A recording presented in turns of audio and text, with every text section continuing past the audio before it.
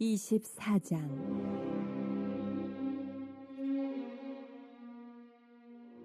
어찌하여 전능자는 때를 정해놓지 아니하셨는고, 그를 아는 자들이 그의 날을 보지 못하는고, 어떤 사람은 땅의 경계표를 옮기며 양떼를 빼앗아 기르며 고아의 나귀를 몰아가며 과부의 소를 볼모잡으며 가난한 자를 길에서 몰아내나니, 세상에서 학대받는 자가 다 스스로 숨는구나. 그들은 거친 광야의 들나귀 같아서 나가서 일하며 먹을 것을 부지런히 구하니, 빈들이 그들의 자식을 위하여 그에게 음식을 내는구나. 밭에서 남의 꼴을 베며 악인이 남겨둔 포도를 따며 의복이 없어 벗은 몸으로 밤을 지내며 추워도 덮을 것이 없으며 산중에서 만난 소나기에 젖으며 가릴 것이 없어 바위를 안고 있느니라. 어떤 사람은 고아를 어머니의 품에서 빼앗으며 가난한 자의 옷을 볼모잡음으로 그들이 옷이 없어 벌거벗고 다니며 곡식 이삭을 나르나 굶주리고 그 사람들의 담 사이에서 기름을 짜며 목말라 하면서 술틀을 밟느니라. 성중에서 죽어가는 사람들이 신음하며 상한 자가 부르짖으나 하나님이 그들의 참상을 보지 아니하시느니라. 또 광명을 배반하는 사람들은 이러하니, 그들은 그 도리를 알지 못하며 그 길에 머물지 아니하는 자라.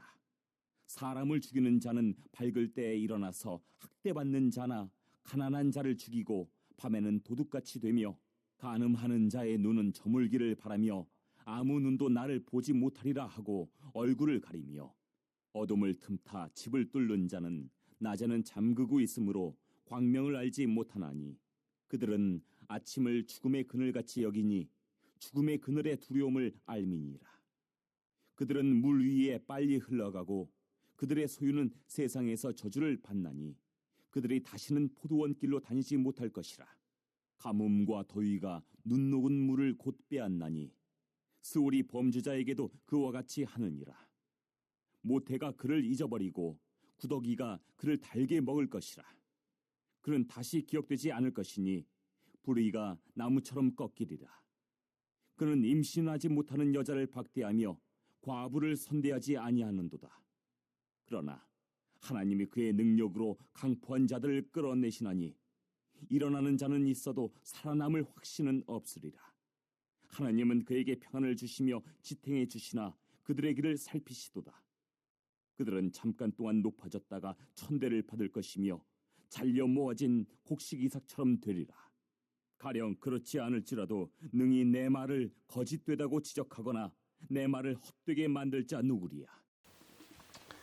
여러분, 우리가 살면서 이런 질문들 한 번씩 해봤으리라 생각을 합니다. 왜 하나님을 안 믿고 나쁜 사람들이 사는 건 또 더 잘 살까?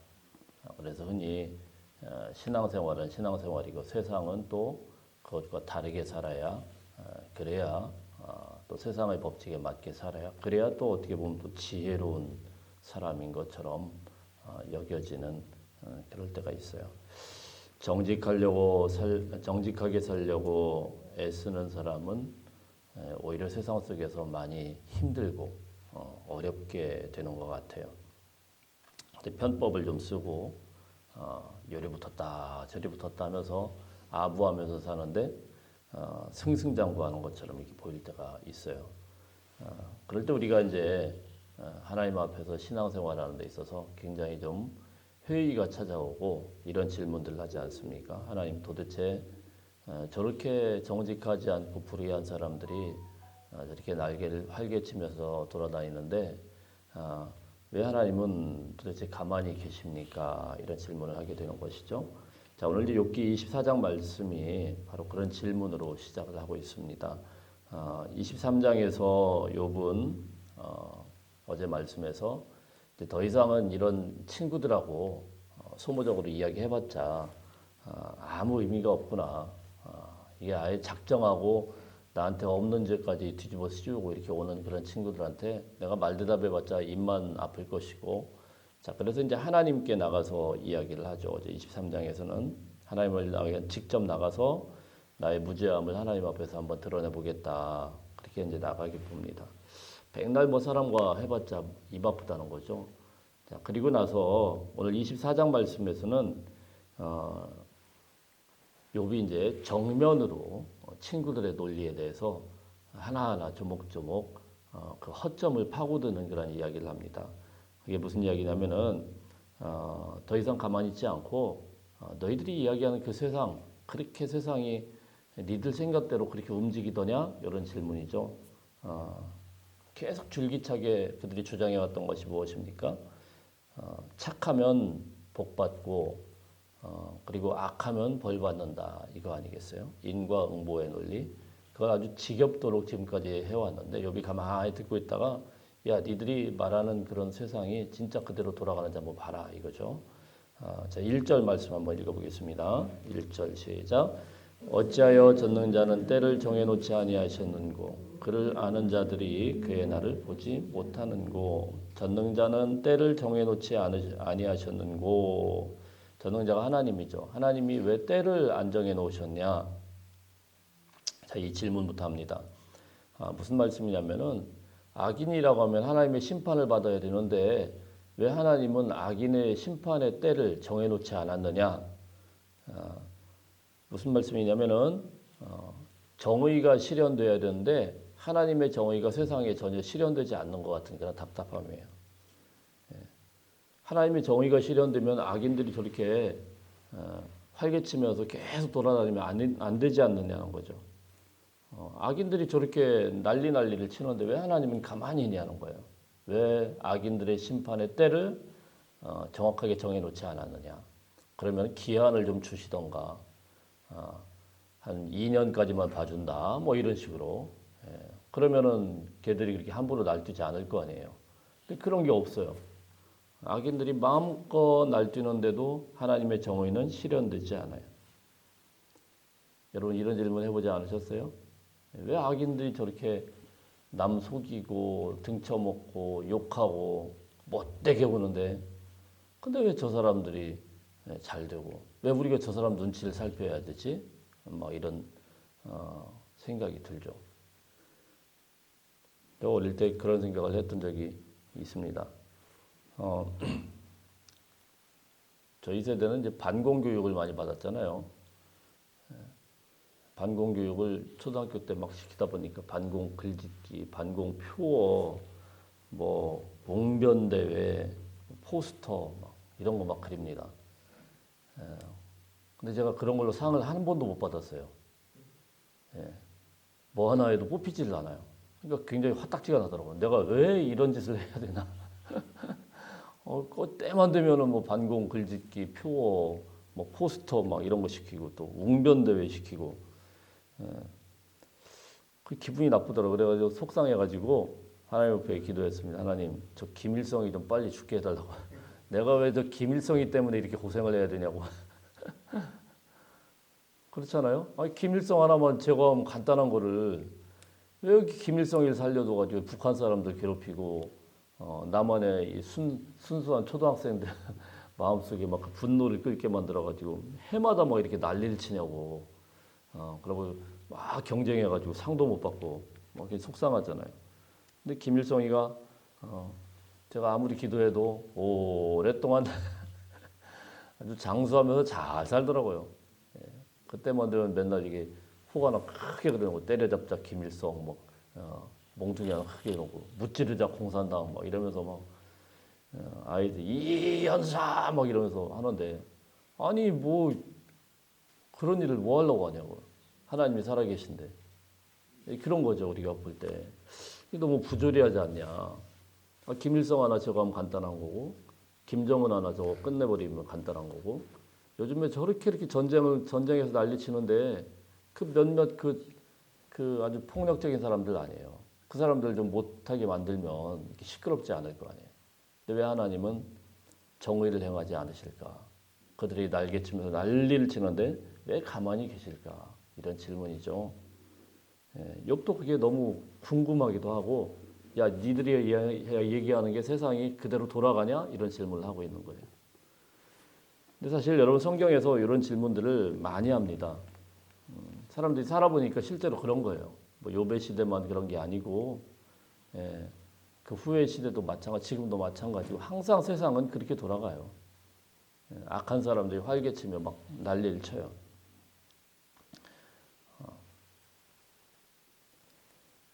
자, 그래서 지금 그거에 대해서 구체적으로 지금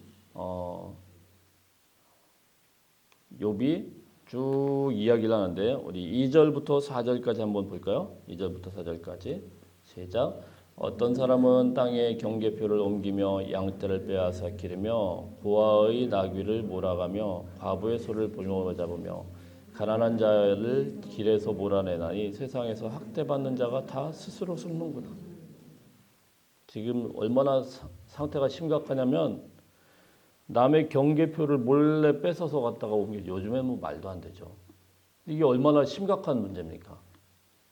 그 땅은 그 사람의 거의 생명과 같은 건데 땅에 경계표를 몰래 속여가지고 딴 데다가 심어놓고는 야, 내 땅이다 이렇게 뺏어가는. 예.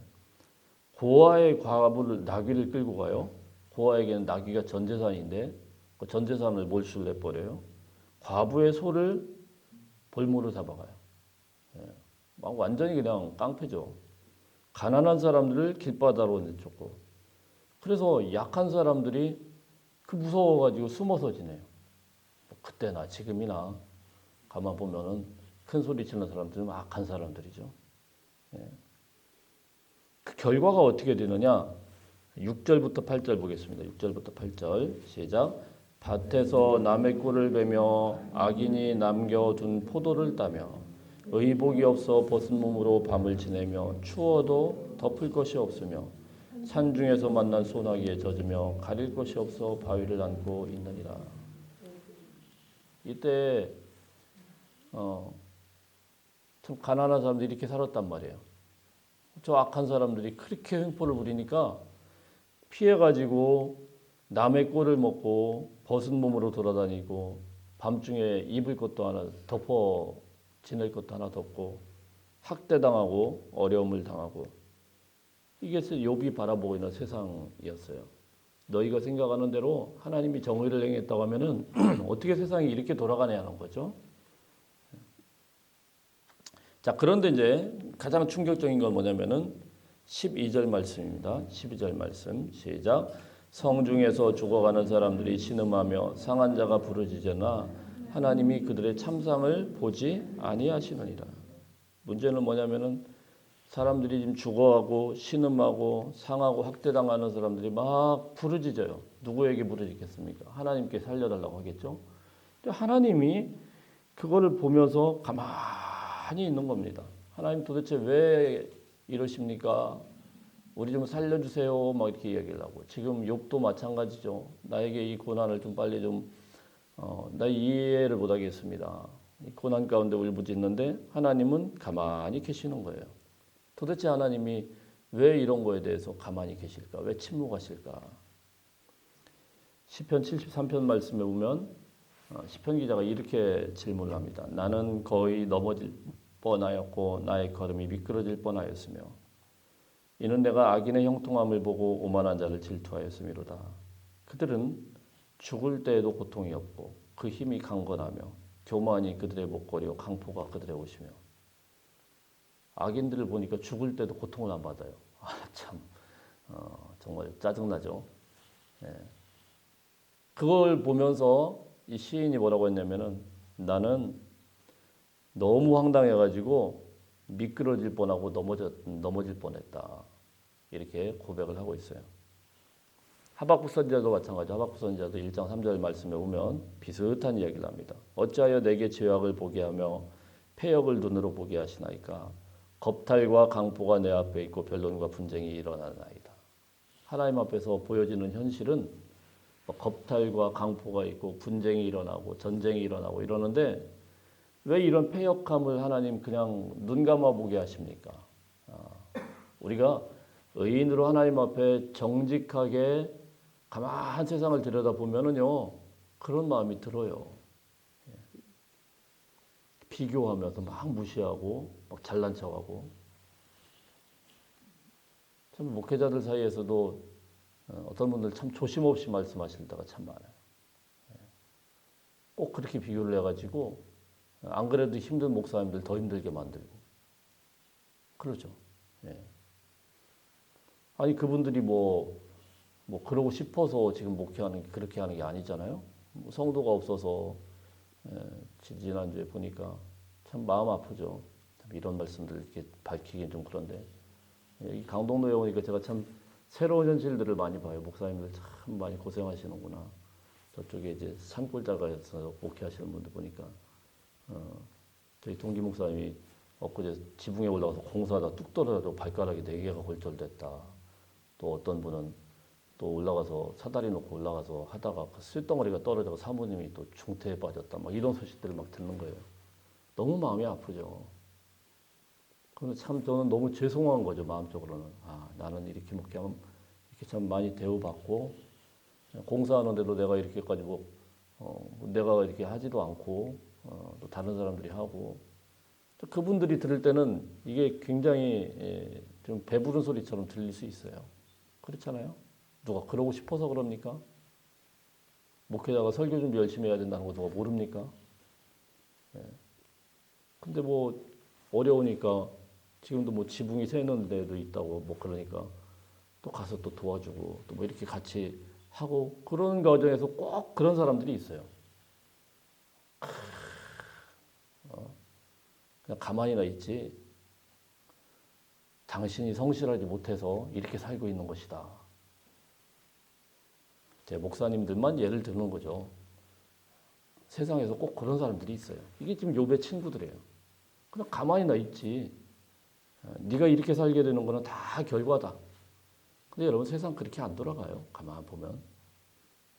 항상 그래요. 욥의 시대도 마찬가지고 시편 기자도 마찬가지고 하박국도 볼 때도 마찬가지고 우리가 봐도 마찬가지.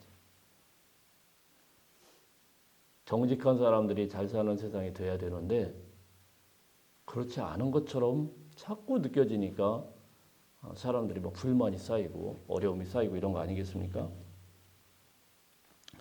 자, 그래서 이런 질문들을 쭉 해요. 그다음에 욥의 질문이 또 어디로 가냐면 13절부터 17절 한번 읽어보겠습니다. 13절부터 17절 시작. 또 광명을 배반하는 사람들은 이러하니 그들은 그 도리를 알지 못하며 그 길에 머물지 아니하는 자라. 사람을 죽이는 자는 밝을 때에 일어나서 학대받는 자나 가난한 자를 죽이고 밤에는 도둑같이 되며 간음하는 자의 눈은 저물기를 바라며 아무도 눈을 보지 못하리다 하고 얼굴을 가리며 어둠을 틈타 집을 뚫는 자는 낮에는 잠그고 있으므로 광명을 잊지 못하나니 그들은 아침을 죽음의 그늘같이 여기니 죽음의 그늘의 두려움을 알미니라.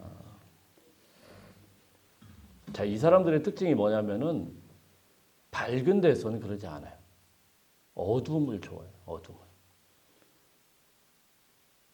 살인자는 새벽 미명에 움직이고 간음하는 자는 밤 깊도록 느껴가지고 밤에 그런 일들을 행하고 어둠 속에서 자꾸 남의 집탐을 넘고 그렇더라고요. 빛을 싫어해요.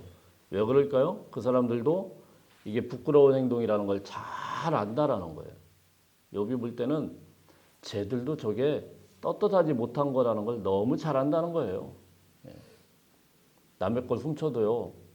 사람 눈 똑바로 보면서 훔치는 사람이 있어요? 그렇지 않죠. 이 떳떳하지 않은 행동이잖아요. 사람이 똑바로 쳐다보는데 그 훔치는 사람은 없죠. 뒤에서 몰래 딴짓하죠. 자, 그렇게 사람들의 눈을 피하고 숨고 무서워하면서 이 사람들은 하나님을 두려워하지 않아요. 이게 너무 괴롭고 힘든 거예요. 하나님을 두려워하지 않는데 나는 하나님을 두려워하는 사람인데. 자, 그래서 18절부터 쭉 보면 쭉 이제 또 여기 이제 다른 이야기를 합니다. 이게 이게 왔다 갔다 합니다. 18절 24절 한번 읽어보겠습니다. 24절 시작. 그들은 잠깐 동안 높아졌다가 천대를 받을 것이며 잘려 모아진 곡식 이삭처럼 되리라. 자, 그런데 이제 18절 말씀부터는 뭐냐면은 그 가난한 사람들에 대해서 쭉 이야기를 합니다. 가난한 사람들이 또 또 악한 사람들이 잠깐 높아지지만은 결국은 천대를 받을 것이다. 지금까지 욥이 이야기했던 거하고 좀 다르게 이야기를 해요. 이게 도대체 무슨 말일까? 좀 지금은 욥이 얘기할 때, 야, 악한 사람들이 보니까 꼭 잘못되는 것이 아니더라. 하나님이 내비두더라. 악한 사람들 잘 되는 사람들 많던데. 그러다 갑자기 여기 보면은, 야, 지금 높아졌지만 하나님이 치겠지. 자, 이런 이야기를 해요. 어떻게 보면 친구들의 이야기가 똑같아요. 왜 갑자기 이렇게 틀어서 이야기를 할까요? 그래서 학자들이 뭐라고 얘기하냐면은, 이거는 비꼬는 말투다. 야, 니들 말대로 잘 돌아가대? 진짜 잘 돌아가대? 이런 이야기죠. 그래서 25절 보겠습니다. 25절 시작. 가령 그렇지 않을지라도 능히 내 말을 거짓되다고 지적하거나 내 말을 헛되게 만들 자가 누구냐. 니들이 그렇게 내 말을 막 헛되다고 하는데 한번 반박해봐라. 한번 반박해봐. 내 말이 거짓이라고 하면 한번 반박해봐. 지금 사람들이 이러고 있는데 난리통으로 세상이 돌아가고 있는데 한번 생각해봐. 자, 이런 이제 대답을 하게 되는 거죠. 자, 여기에 이제 어떻게 보면은 긴 논쟁의 하이라이트 중에 하나라고 볼 수가 있습니다. 여러분, 우리가 세상을 보다 보면은 현실 속에서 부조리를 많이 겪죠. 세상이 요지경 세상 아니겠습니까? 최선을 다해서 하나님 믿음으로 살아가려고 막 하는데 이런 것들 때문에 상처를 받아요. 보다 보면 상처받죠. 아, 내가 이렇게 죽어라고 정직하게 장사를 하려고 했더니 옆에는 어느 교회 권사님이랑 집사님이라고 하는데 잡사죠. 온갖 속여가면서 막 못된 짓 해가면서 그러면서 남의 교회 막 팔아먹기나 하고 막 욕을 먹이고 있는데 나는 정말 그래도 이 제일교회 욕 안 먹이기 위해서 이렇게 열심히 살고 있는데 화딱지나죠. 그런 거 보면. 그렇지 않아요? 화딱지나죠. 아, 이거 뭐 하는 건가? 하나님은 저거 안 잡아가고 뭐 하나? 근데 아주 잘 먹고 잘 삽니다. 굉장히 화나죠. 나는 정말 정직하게 장사하고 있는데 저 사람은 막 속이고 막 이렇게 하는데 보니까 그 가만히나 있지 막 자기가 남의 교회 다른 교회 장로님이라고 지금 주문진이 그렇다는 게 아닙니다. 그렇게 비교가 될 때가 있죠. 그럼 내가 이게 정직하게 장사하고 뭐 이런 게 맞나? 뭐 이런 생각이 들죠. 자, 우리가 하나님의 이 공의대로 이런 것들이 움직이지 않더라라는 생각이 들 때 우리는 어떻게 해야 되겠습니까? 우선은요, 참지 마세요. 누구에게 참지 마느냐? 하나님께 참지 않아도 됩니다. 하나님 도대체 어디 계셔요? 뭐 하고 계셔요? 이거는 성경적인 질문이었어요.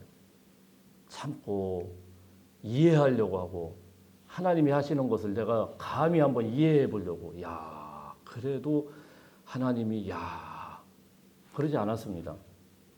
뭐 분통이 터질 때는 분통을 내도 돼요. 그렇다고 뭐 달라지는 건 크게 없을 수도 있어요. 그러나 우리의 마음의 상태는 달라질 수 있습니다. 하나님의 침묵이라는 것을 우리가 충분히 다 쏟아놓다 보면은 하나님이 가만히 계시는 것 같지만 하나님이 옳구나. 하나님이 곧 하나님의 때가 오겠구나. 이런 믿음의 고백이 있을 때가 있습니다. 그래서 아까 시편 73편 말씀에 제가 말씀을 드렸지만 거기에서 이 시인은 그렇게 이야기합니다. 내가 미끄러질 뻔하고 무너질 뻔했다. 그런데 성전에 들어가서 내가 알게 되었다. 할렐루야. 성전에 들어가서 하나님을 만나고 보니까 하나님이 봐주시는 게 영원무궁하지 않더라라는 거예요. 결국은요, 그렇게 악하게 살다가 죽는 사람이나 선하게 어렵게 살다가 죽는 사람의 죽음 똑같아요. 다 하나님의 손에 결국이 있고 하나님께서 그 인생들 반드시 심판하실 것이고 힘들고 어렵지만 하나님께서 침묵하시는 것 같지만 여전히 하나님은 하나님의 일을 하고 계시더라. 이 믿음이 있을 때까지 우리가 하나님 앞에 부지런히 나갈 수 있는 주의 백성들 되시기를 축복합니다. 우리 같이 기도하겠습니다.